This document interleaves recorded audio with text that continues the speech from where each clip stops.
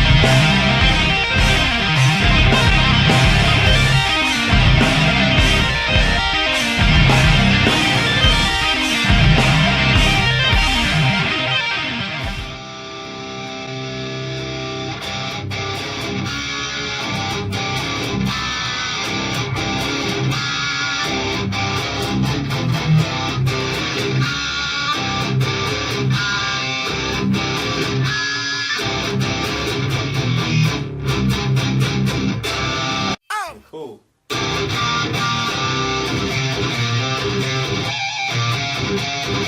Drop C, this way.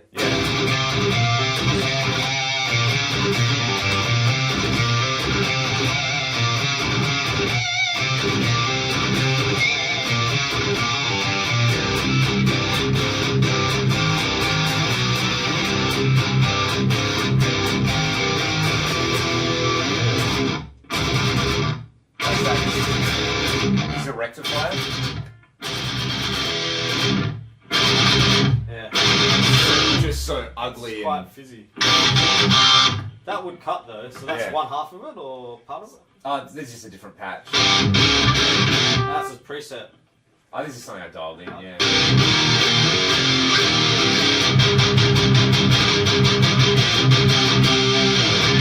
It's just so that other one, whatever that other one was. The Uber, yeah. Uber Shoal.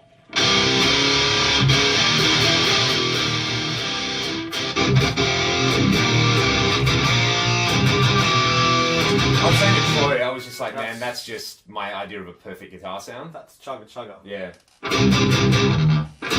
Is there a gate? There's a gate on that? Yeah, it's pretty subtle. Actually, no. I lie. It's pretty slamming. Yeah, you can tell.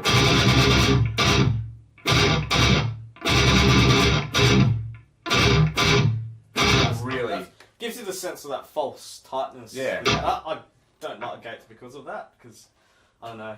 It's kind of a lazy, cheaty way. Yeah, yeah. I get where that whole genre like of it's like if you smash it though, like staying still there.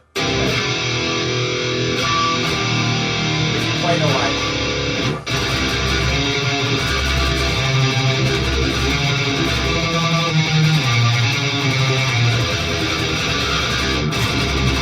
That's pretty cool. So yeah. that's the Axe FX3. So that was my first experience. It's got that real polished. You know, after when you capture a mic or listen to it in a room, and it goes through the desk or it's got that mastered kind of. I guess it's different playing through like real flat response speakers versus say just a cab with finished 30s. It's night and day. Adjustment totally different. You know, I'm really used to it now, and when I play an amp now, it's like, oh wow, this is really fizzy, and I just immediately think like, okay, cool, what would this sound like with a mic on it?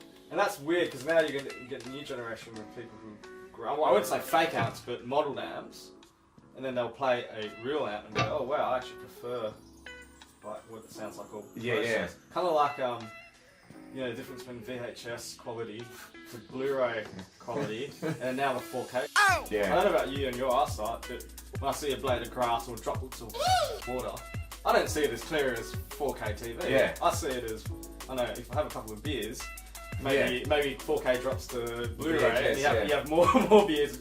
So, like, I guess the same with guitar tone. Like, after all this, you wear earplugs and chuck them in when you play, So you dial in a nice sweet tone and chuck your earplugs in, and the audience will probably have plugs too. It's like, as long as it cuts through and does the job, does it really?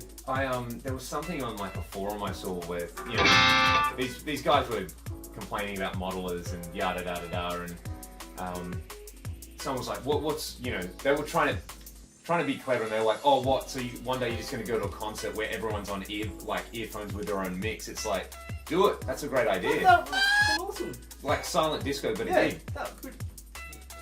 probably happen when we get the iPhone 3000 implanted into our heads. Yeah, exactly. You can hear exactly, and you probably wouldn't even need to leave your own home. You just sit there and freaking blissful ignorance. And we're in the matrix of the gigs. You know what the scary thing? I reckon we'll go even one step further. Like when you listen to music and you get that, the tingles. Well, that when you play live in front of a crowd going nuts, multiplied by, if you haven't played a live gig, you won't understand that. Yeah. That feeling. If you could bottle that as a high, people would be addicted. That's what will happen, and all these guitars and all I do will be worthless because everyone could just plug into their iPhone 3000 straight to your brain. Stage in front of you 10,000 people. just lie down, and your imagination will create music. Whatever you hear, everyone hears music, right? You just imagine it, and you'll get that feeling, and we'll be all addicted. And all these walls of guitars and amps won't be. Yeah, exactly. That's scary, hey.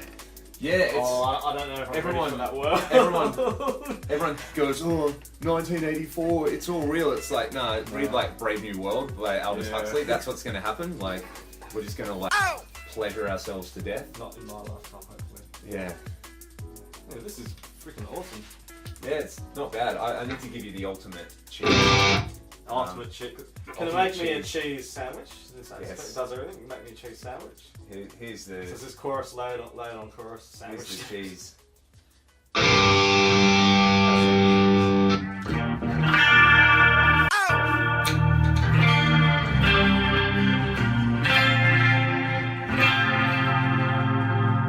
you got ping pong, chorus.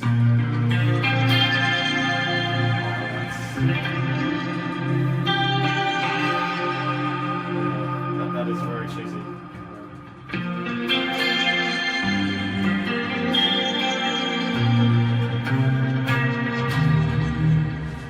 I don't know how I feel about that. In the category of worst best guitar sounds or best worst guitar sounds? Well, the whole shimmer kind of, you hit a note. The guitar becomes a trigger for the effects processor. You know how Jobo went on that rant? Yeah. I guess, if you're making like soundtrack scores or worship music. There's a bit of vox.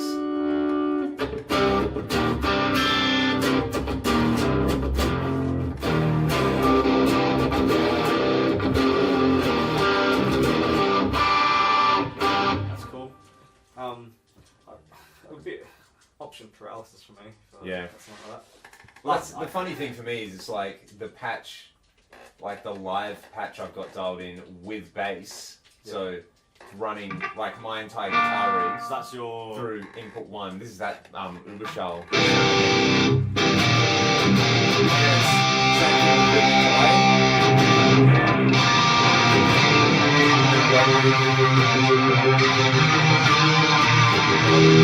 rotary or something. Yeah.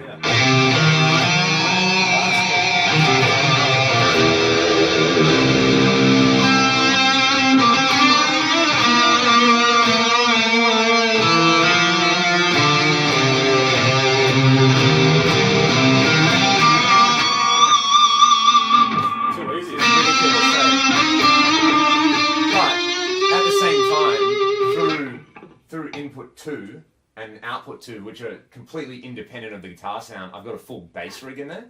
Okay. So it's like I can run all of that with scene changes, then Ryan's running his bass sound with And like through that at the same time. yeah, just around the back. And the processor handles all that. Yeah, and it's Wow. running at like 60% of the CPU. And that's like a bass patch with like a compressor on the clean part, and like an amp model and a drive pedal at the same time.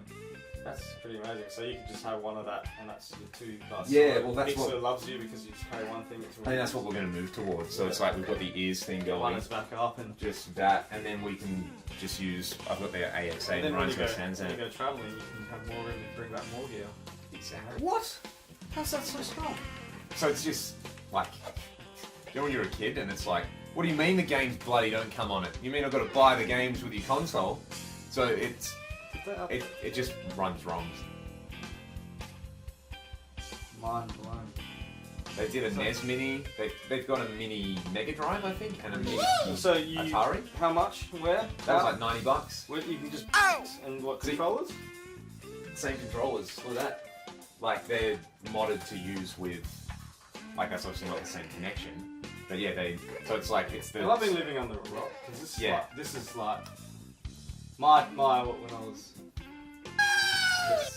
5 or 6, I was saving up $1.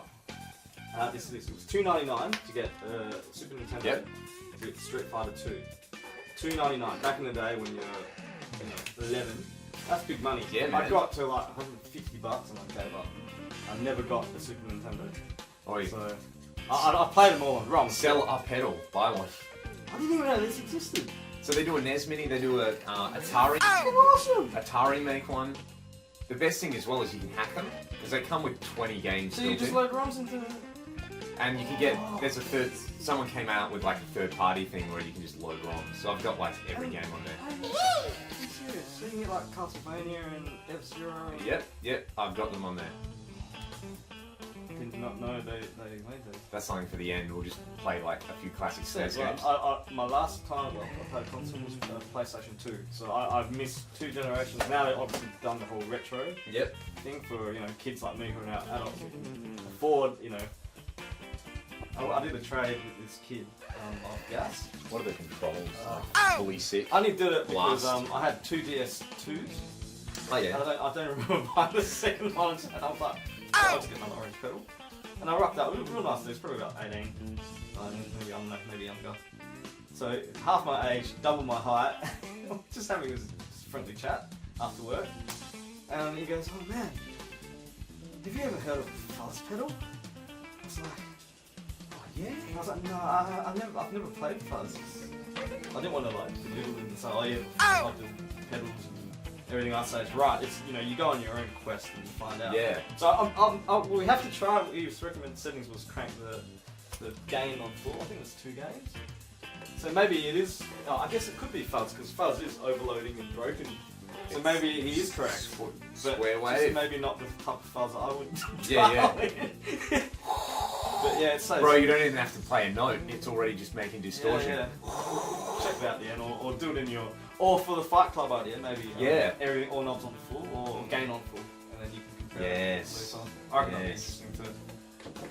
And you definitely have to do is this an Apps effects, or is it a Metal Zone. But dialing the Apps effects sound. You can tone match on those? Yep. So you can just capture the... I did a tone match with this. This is kind of a bit of a mystical. This is hard to match. Exactly. I got pretty close, but I need it's like that has a lot more. There's an FET boost drive block in there, and you can change like the diode type and stuff. So it's like for different settings on it, you kind of have to use like different clip types in the axe to get close to it. There's a few guys who are like. Maybe we should do one of them, but instead of the horses, say we'll put your face on it. With the Bitcoin face. Yes. We'll do a run just for that, and maybe like we album like help tour or something. Yeah. So we'll just do a special run and we can do a series of clips for it. Well, I was I've still got some boards. They're not. Once I've designed the board, I've got them like in the file somewhere. It's not hard to. It's just spending the time to stuff them. But we could make a day of it. And when you buy a pedal, do you really want to sit down, A/B it, and see which ones? There's tolerance in pots, in chips. Do you want to just get on with your life and play music, or do you want to put everything on the microscope and go, which one's realer? No 2 units are going to be exactly the same. And if you're listening through the medium of YouTube, it's like so many variables, and you can sort of bias. Like I don't know if there's ulterior motives between some demo reviewers if they're trying to push You just don't know. Yeah. You know, everyone does. It's impossible to do. You can't do an unbiased gear It's review. like, buy it. If it makes you happy, just stop comparing. Just move on. If you're into that. But, I don't know, I'd rather just make music. Forget it. It's just gear. It's a tool. Like, Yeah. what are you using it to do? Like, I think you lose. It's. I know for me, it's like doing YouTube stuff and doing gear reviews and demos. It's like, it's cool, but it's so beside the point. Like, you should be making music. I guess the thing I always think is like, well, if someone watches this and it makes them excited about like a guitar tone, they might try to dial something in better. And while they're doing it, they might, like, I always do that. If I get a sound I like, I'll start playing. yeah. Then a riff might pop out or You can something. tell that when someone gets inspired. It's like generally, you know, when you're not inspired, you can't stop and go, oh, just flick through the next preset or whatever. Yeah. Cool. I guess cool thing about like, everyone plays guitar for a different reason. Like, and if someone's gonna wanna go on a gear forum and find the latest and greatest, you know, whatever's marketed to them, that's fine. You know, it's their money, they can play it. But if they're buying like a pedal and that's the reason that makes them wanna play guitar, that's cool, because Yeah, I think sometimes you don't have, if you're not in a band or you're not doing music and you just play guitar for your hobby or relaxation, and the only chance you get to play guitar from, you know, say family life, whatever, is when you buy a pedal. That's fine, you know, like, but you know, everyone does it for different reasons. So if someone bitches about it, doesn't necessarily mean that's, you know, it's just their opinion, and you know what opinions are like on forums and.